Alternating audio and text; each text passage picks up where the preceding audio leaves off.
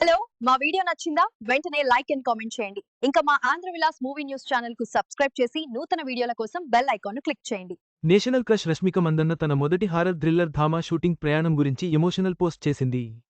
Cinema కోసం పడిన కష్టాలు, అనుభవాలను గుర్తుచేసుకుంటూ దర్శకుడు ఆదిత్య, చిత్రబృందానికి కృతజ్ఞతలు తెలిపింది. ఈ చిత్రం పాజిటివ్ టాక్ను దక్కించుకుంది. రష్మిక మందన్న కిరీక్ పార్టీతో వచ్చి నేషనల్ క్రష్గా మారి ఇండస్ట్రీని ఏలేస్తోంది. భాషతో సంబంధం లేకుండా వరుస సినిమాలు చేస్తూ బ్లాక్బస్టర్ హిట్స్ తన ఖాతాలో వేసుకుంటుంది. ఈ అందాల తార యానిమల్, పుష్ప వంటి చిత్రాలతో ప్రపంచవ్యాప్తంగా ఉన్న అభిమానులను తన నటన, అందంతో మెస్మరైజ్ చేసింది. గత కొద్ది రోజులుగా వార్తల్లో నిలుస్తున్న రష్మిక గురించి ఎంత చెప్పినా తక్కువే. ఈ భామ మొదటిసారి హారర్ థ్రిల్లర్ ధామాతో ప్రేక్షకులను అలరించేందుకు సిద్ధమైంది. అక్టోబర్ 21న విడుదలైన ఈ సినిమా బాక్సాఫీసు వద్ద పాజిటివ్ టాక్ను దక్కించుకుంది. తాజాగా రష్మిక ధామా షూటింగ్ విషయాలను గుర్తుచేసుకుంటూ ఎమోషనల్ అయింది. పలు ఫోటోలు షేర్ చేస్తూ కీలక నోట్ విడుదల చేసింది. అందులో ఏముందంటే, ఈ సినిమా ప్రయాణాన్ని ఎలా వివరించాలి?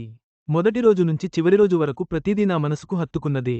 వర్క్ చేయడమే కాదు, భరోసా, నవ్వులు, గాయాలు, నిద్రలేవడానికి ఇష్టపడని ఉదయాల ఉన్నాయి.